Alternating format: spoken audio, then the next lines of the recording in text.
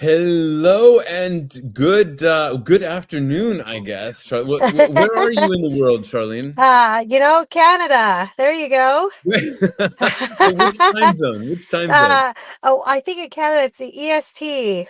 Okay, so you're in the same one. So we just went to Yes. noon, but for anybody sort of over to the west of us, you guys are still in the morning. So good morning, and then Happy New Year, Charlene. I haven't seen you all Hey. year. I know. Happy New Year. It's been one of those, life experiences, and it's like bam, we're 2025. So it's good to see you, Jeff. You're always so good to see. 2025 and we're off and running, right? Like Yes, of course. no rest here, but I Nope. guess hopefully you got some time off during the holidays, and then we just went and hit the ground running after that. Yeah, I remember talking to Joe. He's like, "We're closed." I'm like, "You're not really closed. Come on. We're all working, and of course, that's what we do, right? When we're solving everyone's problems.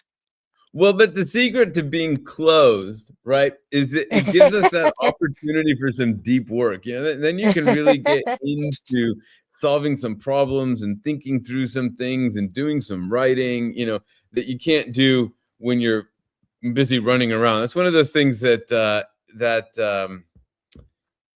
Bill Gates, made famous, was this idea of going away for 2 weeks to a cabin and just doing deep work, and that's kind of the idea of being off. But yeah, really off, and it's a funny thing because your brain just doesn't shut down, right? It's like you still Nope. want to do work and still want to think about things, so you got to do it. Yes, definitely. But I am excited to chat with you. So for anybody who doesn't know, Charlene runs Fornix Marketing. She is a Hey, Joe. MSP. Hey, Joe. MSP marketing expert here, and also one of our amazing sponsors for the MSP Training Day. So MSP Training Day is coming up on February 27th. And we're very excited. We're having Sissa come back. Charlene's going to be there to answer marketing questions. We've got a couple of speakers who are going to talk about how to turn cybersecurity information into sales. We've got some experiential stuff that we're doing. So if you were there last time, we're going to make it even more fun this time. So if you haven't signed up, be sure to do so. The link is here below. If you can be there in person, that's best. If you want the recordings afterwards, we'll send you the recordings afterwards, right? And by being on the list, you'll get the early invitation to the next one that we're doing in June. But that's the training day. Sign up. Hope to see you there, or hope to see you in the online portion afterwards. And then from there, we'll just go into Charlene. Charlene, why don't you introduce yourself? And you know how I like to do this. Introduce yourself and talk about that problem that you solve for managed service providers. Jeff, thank you. And thank you, Joe. It's so good to be with you all. We have been so fortunate to have this wonderful partnership with Start Grow Manage, and everything that you guys do, your vision, your commitment, and everything that you continue to do for our community. The problem that we solve is we want to bring people together who have the expertise and experience so that we can help solve other people's problems. And how we do that is by having a community of trusted advisors who understand everything as an MSP of how to run and operate your technology business to really align with the business goals. And, Jeff, Mm-hmm. you guys understand this more than anyone else. A lot of times people say, I want to be an MSP, an IT provider. And I'm thinking, no, you're a trusted advisor. This is who Yeah. you are. You're advising and giving not only solutions, but you're actually be able to execute these solutions in really aligning the business goals as well as the business operations. And then, of course, with technology, allows that company to grow and scale.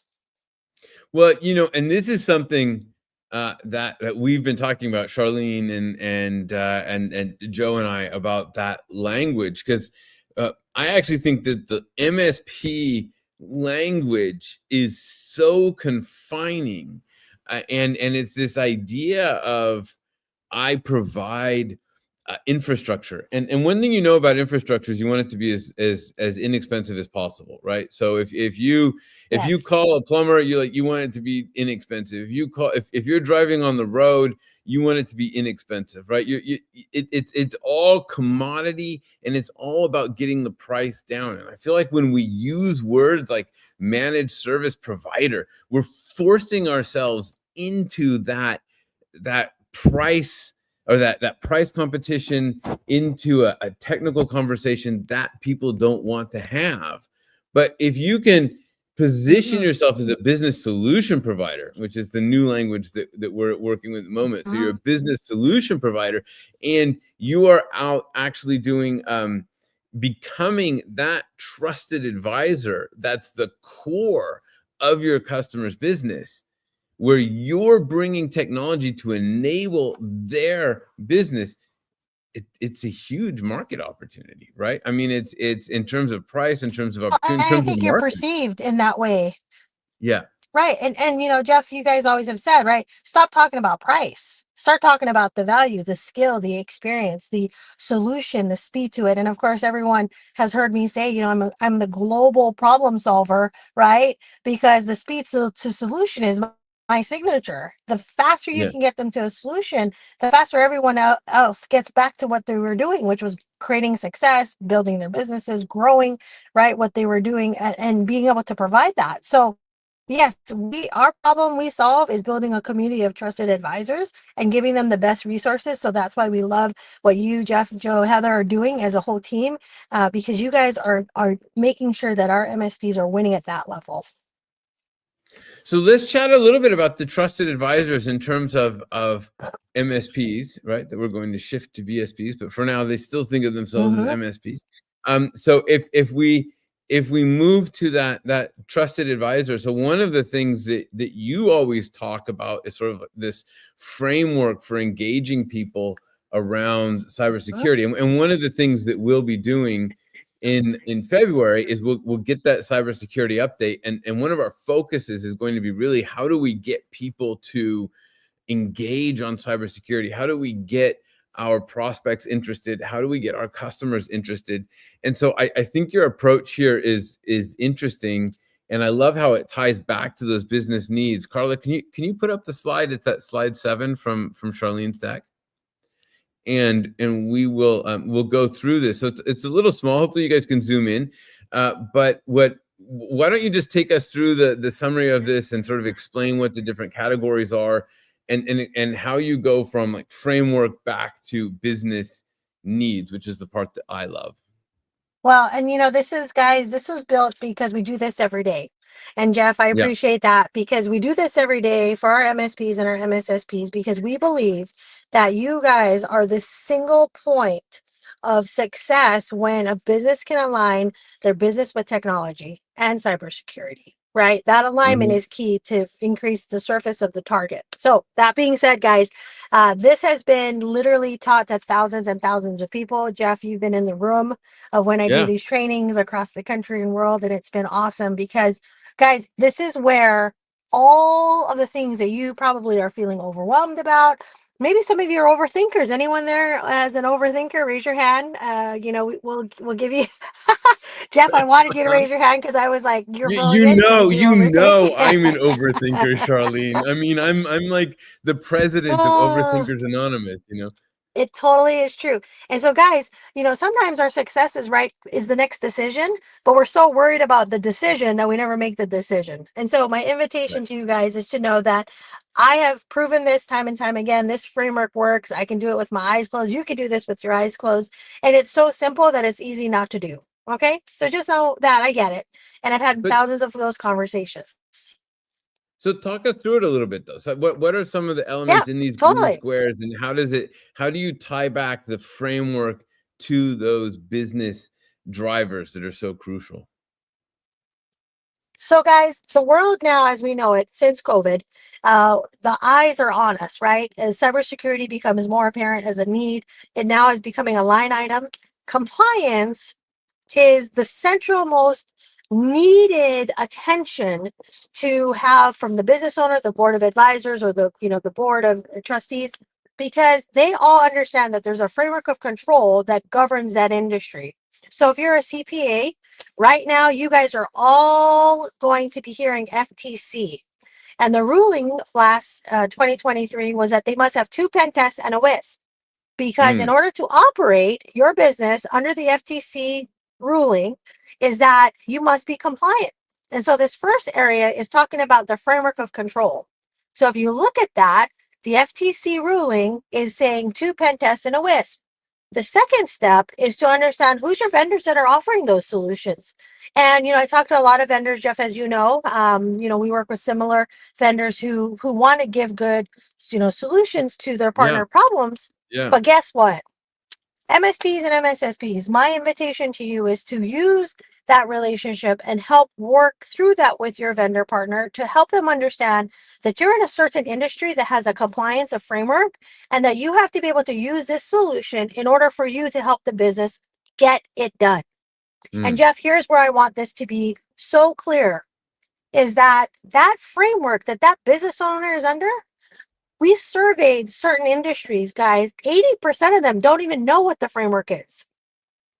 They don't even know what that means when you talk to them They about don't even remote know access. they don't know what the framework is for their industry or the industry that No, they're no, supporting. 80%. And this is one specific industry. And we were flabbergasted. We thought, well, if you need 2 pen tests and a WISP and you're not currently doing that, and yet you're doing all the things that you're supposed to be doing, you are keeping, and the opportunity for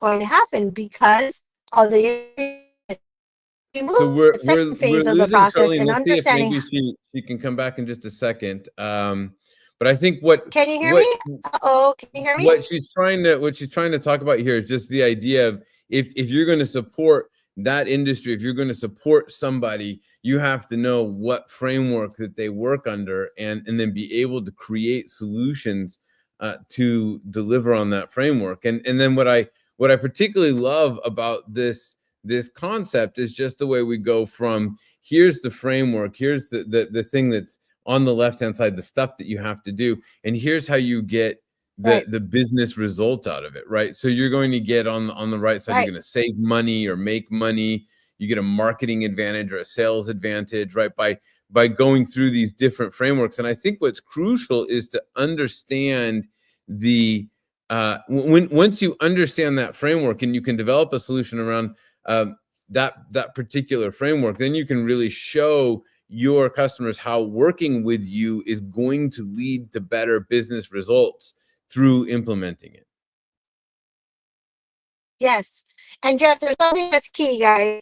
Once the first piece is in place, what you need to do is get to the third, which is, all right, partners, this is what I need to do in order to make this happen. Sometimes the partners don't understand the compliance framework. And that's a challenge because, guys, when you think about this is something that you preach about is your ICP, your ideal client, right? Your target, the person that you need to have these conversations with. If they don't know what's going on and you don't know what's going on, and your vendor doesn't know what's going on, it's a formula for failure. So the goal is to align your vendors with the framework, with what your client's goal is. If your client is saying, hey, we want to add 20 more customers, to our goal this year for 2025, and you're saying, well, how are you going to get there? They're like, well, we need a bigger team, and you're going to offer remote access, and they don't understand that you have to be able to use like a SASE solution to do that. Guess what? You're solving a problem now, not with the technology, but with a business solution that says, I'm going to get you what you want. So you're going to get this, and I'm going to be able to help you be compliant and get you the results you're looking for. So in the last column, more important than ever, guys, is understanding that if it's aligned with a business goal, a business target, then you can actually say this investment of getting remote access management or getting a pen test done or helping you get your WISP done is going to cost you this because you can actually articulate that it's a business decision, not a technology. Right. Okay, a business decision that equals the value of that's helping what them. it comes back to for everybody is we have to really think about each one of these things as a business decision. It's not a technology decision. It's not an infrastructure decision. It is a decision around how I run my business. And people ask me all the time, like, Jeff, you talk about value and you say price doesn't matter. That's where the value is, because people ask, where's the value? I don't see that. That's it, right?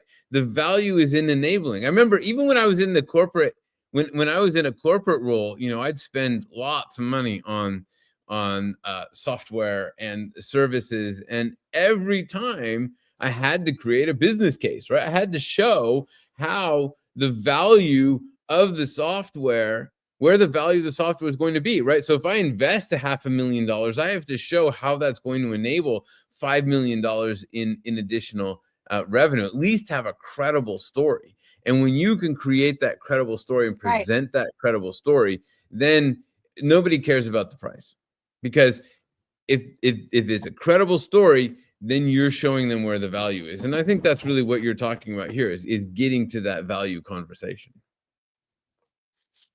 And guys, I want to be really, I really want to champion, some of the hard things that come, right? Is how to explain this to a business owner, how to communicate what you're trying to do every day and why you're charging per seat, or why you haven't started charging per seat.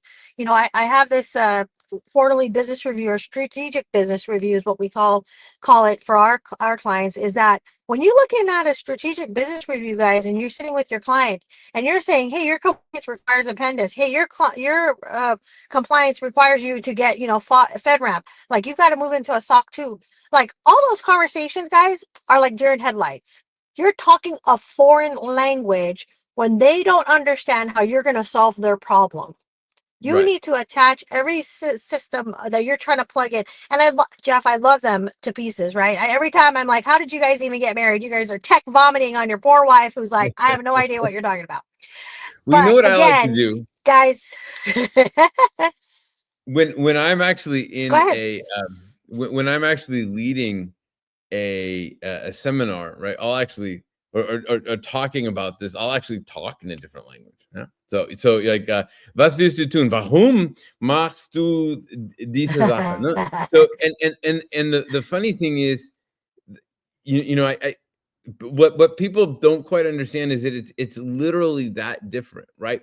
When you're talking all of that tech stuff, they hear it literally as a foreign language. And if I'm speaking German to you and you don't speak German, or if I'm speaking Spanish to you and you don't speak Spanish, then then there's no communication. It's so hard to make a sale.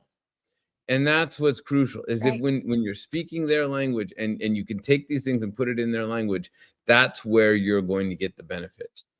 But I wanted to ask you about another thing, Charlene, because you've one of the things that you've just introduced to me that I just discovered about you is some of these habits. Like you've come up with some like the top 5 habits, I think, and I wonder if you could take us through your habit formula here, because I think this is really interesting. Yes. So guys, people get the results that they do because of habits. And I just want to kind of start there. And every single one of us have habits that are shaped because of our belief system. When we talk about pricing, this is where a lot of times it is a hard conversation, but it doesn't have to be that hard when you can understand the belief, right? When you have an MSP who's charging $60 per seat, and yet you have another one charging $1,200, right? The belief is different, right? It's the belief that the problem I'm solving is a $60 value.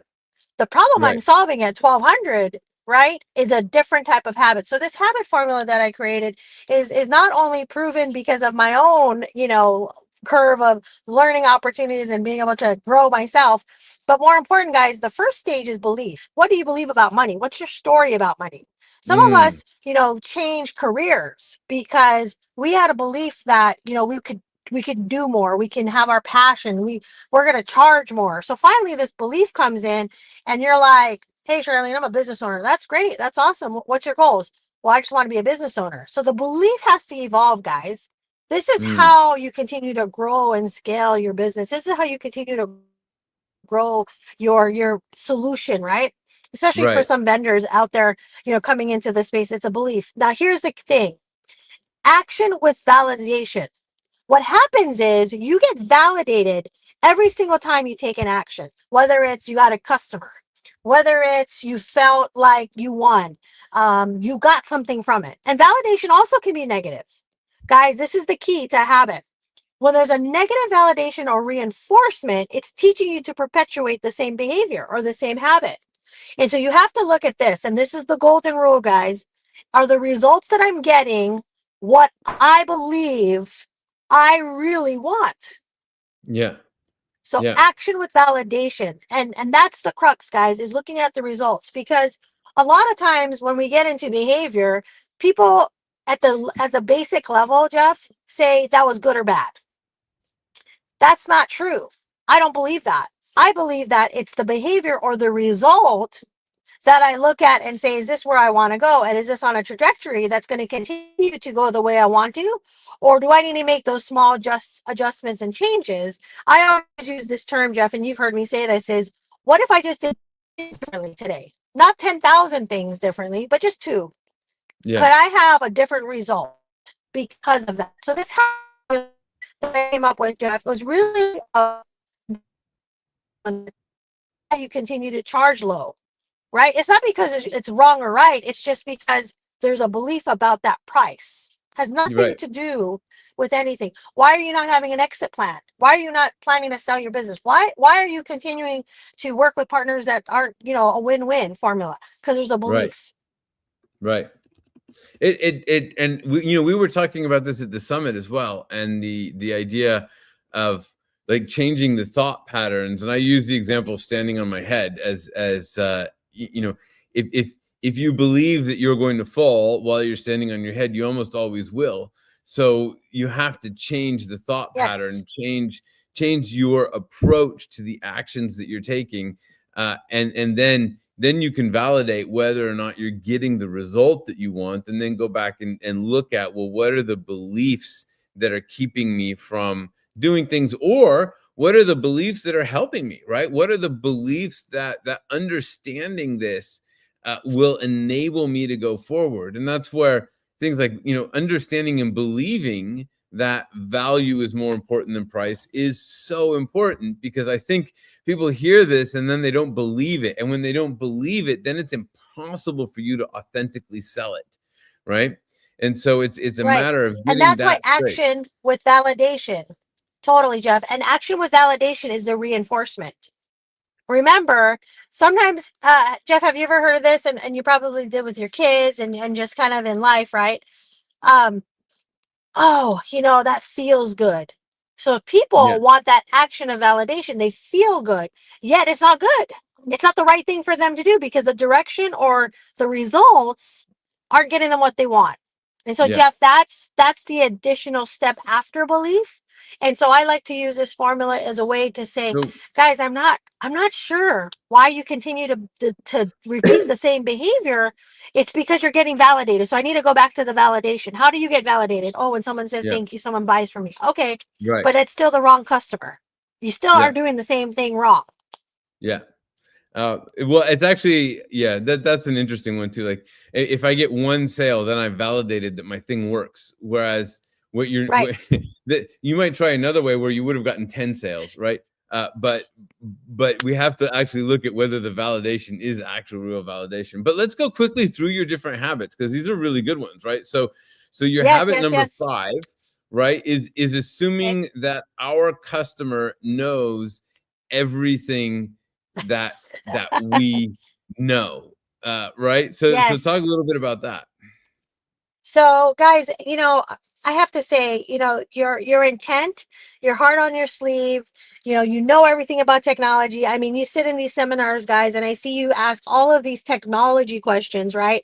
And I'm thinking, oh boy, now you're to go tech vomit on your customer and assume that they understand, why they need to have this certain switch, why this server matters, why this backup needs to happen, why this, and this. And they're like, we don't care. Just do the pen test.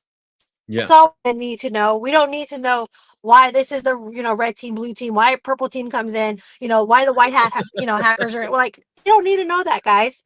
So this habit is an example, Jeff, of sometimes what happens is we go get all the information, and really we're trying to translate it right into Mm-hmm.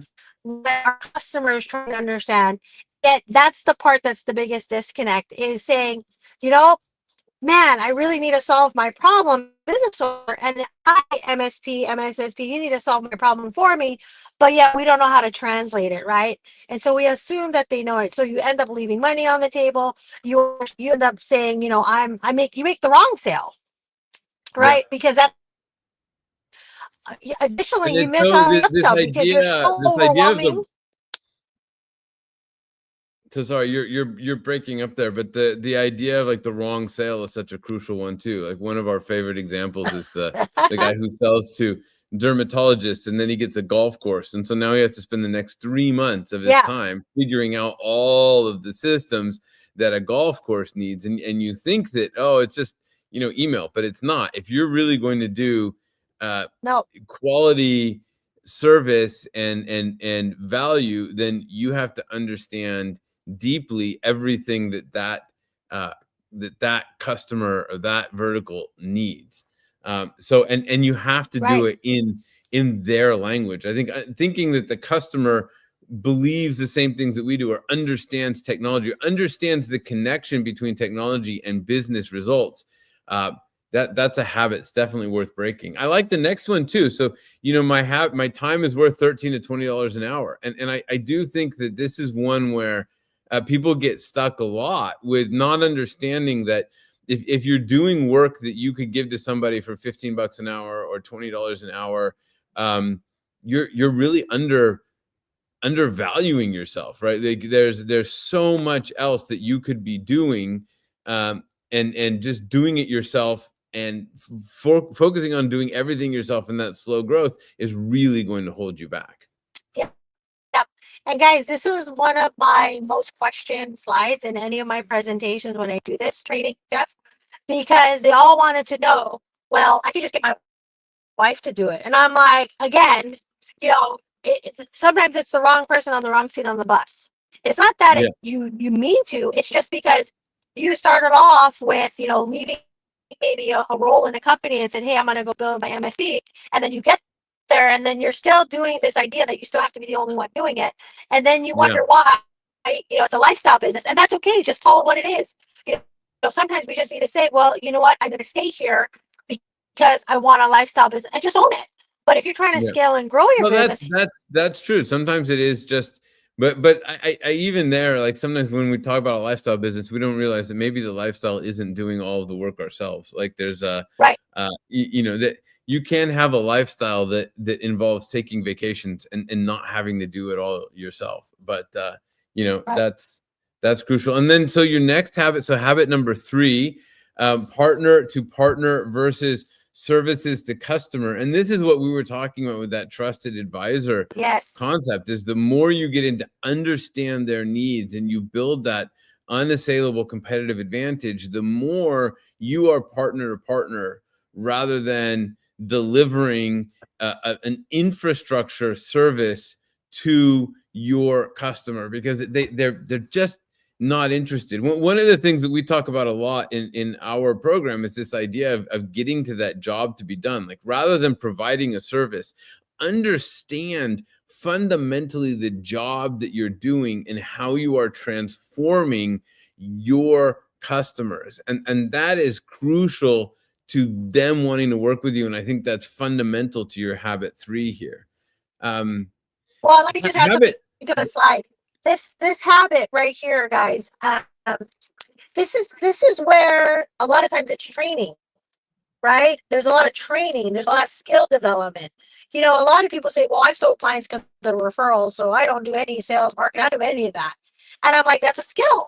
That's a skill you've mastered. So when you look at this partner to partner, guys, versus, you know, services to customer, it's because you're telling that person, I'm a business owner and I understand yeah, what you need and I'm here to help you. And so, guys, there's a shift in the conversation when you're on the same side of the table, guys. Same side of the table is what's going to get you more deals than trying to tell them how superior you are or how much you know or how many switches and widgets you can tell them about, because that doesn't matter to them.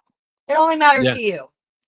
Well, and that ties in nicely to the next habit, right? Outsmart versus outserve, which is just Uh-huh. this idea of I'm going to go in and show how smart I am versus just going in and providing the key service and the key results that my client needs, right? Yes, yes, yes. And Jeff, here's something that's pretty profound. So in one of the rooms that I was in, I mean, every hand went up.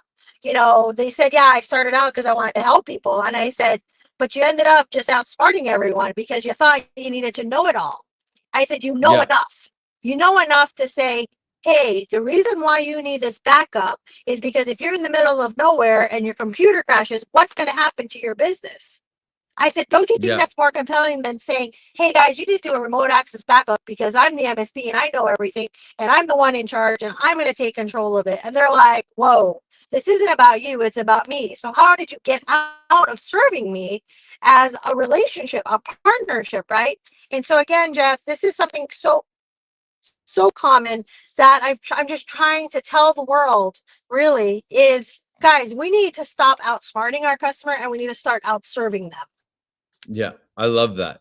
I also think when you're outsmarting people, you're making them wrong the whole time. Like you're saying, "Oh, that's wrong. That's wrong. That's wrong," and people don't like that, right? But when you're serving them, you're showing Uh-uh. them what the right is, and you don't have to show them how smart you are. You just show them how much they can gain, um, right? Yeah, And exactly. so, And Jeff, this is something that you guys do great in the program, because we work with so many of your MSPs, is that the second they forget that they have to answer every question, the second that they have to stop worrying about all of the widgets and the switches and how everything works together, and all they just do is start having a conversation, they really start shining as a yes. person trying to help someone. That's what's so Well, powerful and about what we find is the when people groups of start people you work with. getting into that, they're happier, they're more authentic, they enjoy it more. They don't feel like clients are going to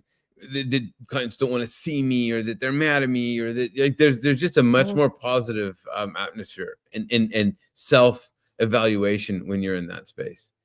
So the last one, the Right. last And one quickly would guys, oh, yes. I just want to is outsmart versus outserve QBR on your own biz. What is what are you getting Uh-huh. at here? What's the habit? So strategic, guys, when you sit down with your clients, every quarter, I like to say when you do it in between the quarters, call it a strategic business review. But I want you guys to say, hey, you know what? If you have so many tickets, guys, there must be something we can do better. So if we are doing great, the value of us saving your time, making you more efficient and effective is equal to a certain amount of dollars, right?